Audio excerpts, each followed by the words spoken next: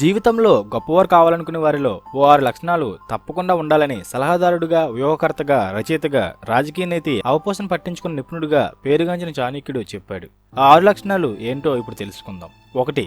గడిచిన కాలాన్ని, చేసిన తప్పులని గుర్తుకు తెచ్చుకొని బాధపడడం అనవసరం. గతంలో చేసిన తప్పులను గుర్తుకు తెచ్చుకొని ప్రస్తుత కాలాన్ని వృధా చేసుకోకూడదు. కుదిరితే ఆ తప్పుల నుంచి పొందిన అనుభవాన్ని భవిష్యత్తులో చేసే పనుల్లో ఉపయోగించుకోవాలి. 2. ఒకరిని మోసం చేసి డబ్బుని, ఆస్తిని సంపాదించాలని అత్యాశ ఉండకూడదు. ఇలా చేస్తే మిమ్మల్ని మీరు మోసం చేసుకోవడంతో పాటు మీ విలువ దిగజారిపోతుంది. కొన్నిసార్లు విషం కూడా తాగేటప్పుడు తీయగా ఉంటుంది, కానీ చివరికి సర్వం కోల్పోవలసిందే. ఎవరికీ కూడా డబ్బు, అధికారం మీద అత్యాశ ఉండకూడదు. 3. ఓ వ్యక్తి చేసే ప్రతి పని, మాట్లాడే ప్రతి మాట తనపైనే కాకుండా ఇతరులపై కూడా ప్రభావం చూపిస్తాయి. ప్రతి వ్యక్తికి తను మాట్లాడే మాటలపై నియంత్రణ ఉండాలి. ఏదైనా ముఖ్యమైన నిర్ణయం తీసుకునే ముందు లేదా ముఖ్యమైన పని చేసే ముందు తనను తాను 3 విషయాలు ప్రశ్నించుకోవాలి. నేనేం చెయ్యాలి, నేను ఇది చేస్తే ఏం జరుగుతుంది, నేను చేసిన పనికి ఎంత విలువ ఉంటుంది అని ప్రశ్నించుకోవాలి. ఇలా చేస్తే జీవితంలో తప్పకుండా గొప్పవారవుతారు. 4. మనిషి మాటలు, చేతలే కాదు, వారి ముఖం కూడా మోసం చేస్తుంది.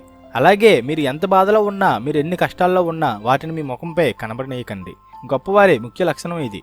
విషం లేని పాము కూడా విషం ఉన్నట్టే ఉంటుంది, లేదంటే ఇతర జంతువులు ఆ పాముని బతకనివ్వవు. అలాగే మనిషికి ఎన్ని కష్టాలు ఉన్నా బయటకు మాత్రం ఏమీ లేనట్టు నటించాలి, లేదంటే మరింత కష్టాల్లోకి కూరుకుపోతారు. 5. మీరు గొప్ప అని నలుగురితో అనిపించుకోవాలనే తపన ఉండకూడదు. సుగంధ పరిమళాలు ఆస్వాదించడానికి గాలితోడు కావాలి, కానీ ఓ గొప్ప వ్యక్తికి తను గొప్ప అని నిరూపించుకోవడానికి ఎవరు అవసరం లేదు. ఇలాంటి చిన్న చిన్న వాటిపై దృష్టి పెట్టడం కన్నా వారికున్న గొప్ప లక్షణాలను పదును పెట్టుకోవడం మంచిది. మీ గురించి ఎవరైనా చెడు లేదా మంచి విషయాలు మాట్లాడుకుంటున్నారంటే మీరు సరైన మార్గంలో ప్రయాణిస్తున్నట్లే. 6. బలహీనుడిని ఎప్పుడూ తక్కువ అంచనా వేయకూడదు. మీ మిత్రులను దగ్గరగా ఉంచుకోవాలి, కానీ మీ శత్రువులను మరింత దగ్గరగా ఉంచుకోవాలి. బలహీనుడితో శత్రుత్వం పాము కాటు కన్నా ప్రమాదకరం. అందుకే తాను చేసే ప్రతి పనిని గమనిస్తూ ఉండాలి.